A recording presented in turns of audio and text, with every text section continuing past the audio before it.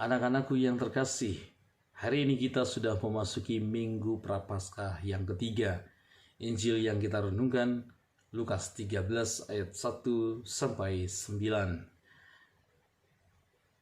Anak-anakku terkasih, kita mungkin memahami bahwa dulu kita pernah mendengarkan nyanyian tentang Yesus pokok dan kitalah caranya, dan kita tinggal di dalamnya. Pasti lalu kita kemudian berbuah.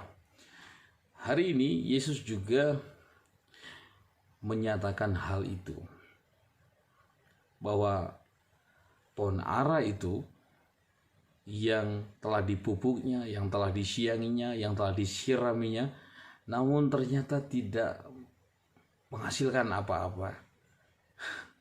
Tentu anak-anakku sekalian, kalau kamu atau orang tua atau siapapun menanam sesuatu, memberikan pupuk, memberikan nutrisi yang baik untuk tanaman itu, kalau tanaman itu menghasilkan buah, kita pasti sukacita, kita pasti bergembira. Tapi kalau tanaman itu tidak menghasilkan buah, kita pasti akan bersedih. Tidak menghasilkan apa-apa, kita lalu merasa perjuangan kita terasa sia-sia. Bahkan tidak sedikit yang lalu akhirnya menggantinya dengan tanaman yang baru. Nah, hari ini juga Yesus mengumpamakan Yerusalem sebagai pohon ara yang akan dikunjungi oleh Yesus. Nah, ketika Yesus datang, dia tidak menemukan buah di sana. Yesus tidak menemukan buah di sana. Yesus tidak melihat buah pertobatan ada di sana. Nah, akibatnya kota ini pada akhirnya akan dihancurkan pada tahun 70 Masehi. Dalam arti ini, Yerusalem menghancurkan dirinya sendiri. Di sisi lain, pohon ara juga adalah tipe dari kita masing-masing, kepribadian kita masing-masing. Dan perumpamaan ini menjadi peringatan bagi kita dan terutama bagi anak-anakku sekalian. Tuhan itu adalah pengasih dan penyayang. Kita tidak menyangkal ini. Tuhan itu pengasih dan penyayang, seperti yang telah dinyatakan.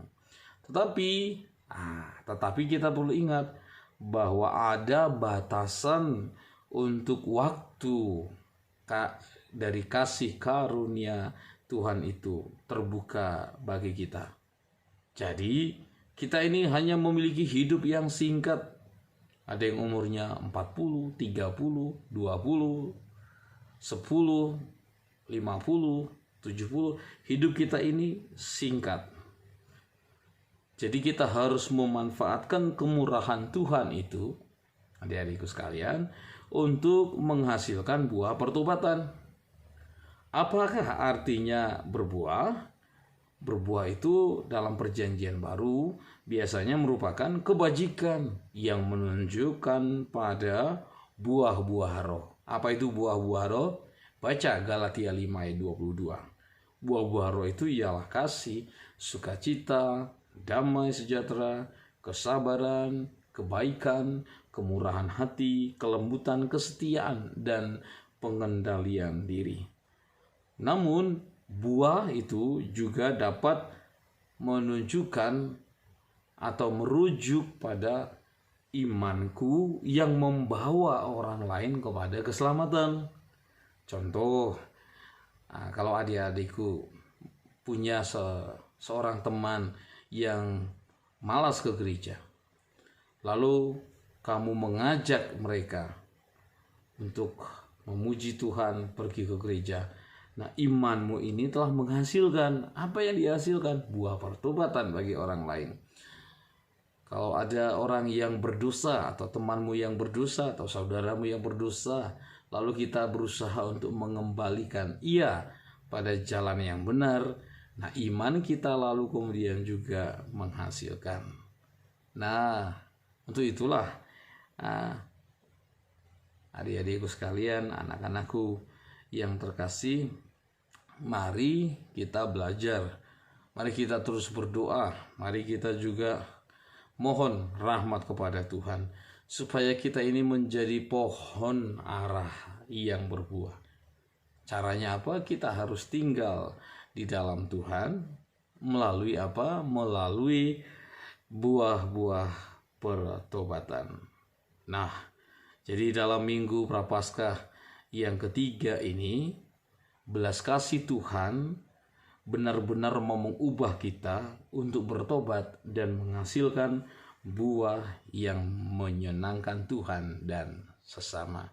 Semoga hidup kita dan hidup Anda, hidup adik-adikku sekalian menjadi seperti pohon ara yang telah disiangi, dirahmati, diberikan pertumbuhan, dan menghasilkan buah yang berlipat ganda. Tuhan memberkati.